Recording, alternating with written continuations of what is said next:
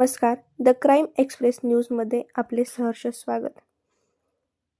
दिनांक 8 वार सोमवार कुडूस गावातील पाटील वस्ती केंद्राची पायीदिंडी सोहळा संपन्न.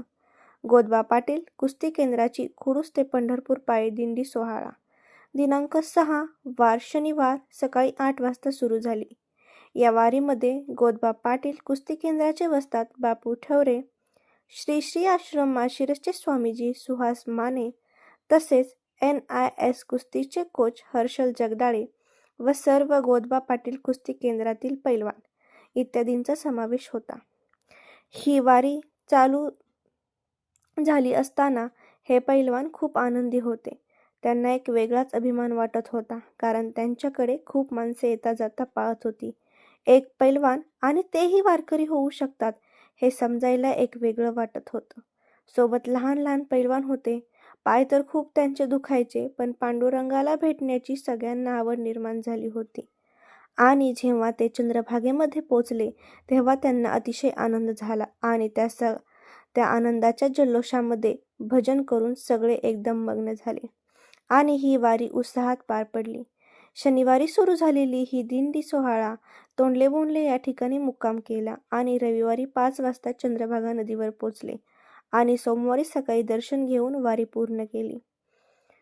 खरं तर तालीम पैलवान म्हटले की सर्वांच्या मनात एक वेगळी प्रतिमा पूर्वी होती.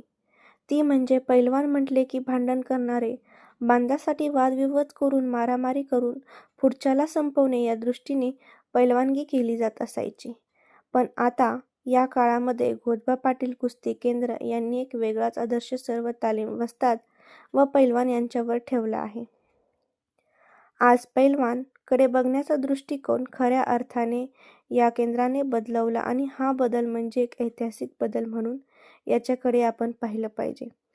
कारण आजपर्यंत इतिहासामध्ये जी गोष्ट पैलवान न करता येत नव्हती, केलीही नव्हती आणि एक वेगळाच विचार पूर्वी याविषयी असायचा, तो पूर्वीचा विचार बदलून आज पैलवान म्हणजे समाजातील एक आदर्श व्यक्तिमत्व, सर्वांचं लाडकं व्यक्तिमत्व व खरा खेळाडू म्हणून आज समाजामध्ये त्यांना स्थान मिळाले आहे.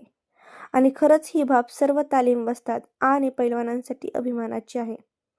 गोदबा पाटील कुस्ती केंद्र हे नेहमी पैलवानकी क्षेत्रामध्ये आगळे वेगळे स्थान निर्माण करत आहे. तसेच इतर तालीम आणि वस्ताद आणि पैलवान समाज यांच्या पुढे एक आदर्श ठेवत आहे. आणि या कुस्ती केंद्राने कुडूस गावचे नाव पूर्ण महाराष्ट्रामध्ये गाजवले आहे. ही गोष्ट कुडूसकरांसाठी खूप अभिमानाची आहे.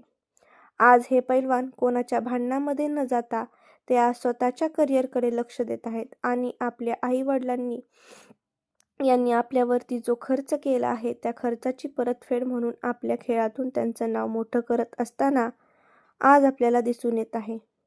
या कुस्ती केंद्राचे वस्ताद महादेव ठवरे, बापू ठवरे यांचे आभार मानावे थोडेच आहेत.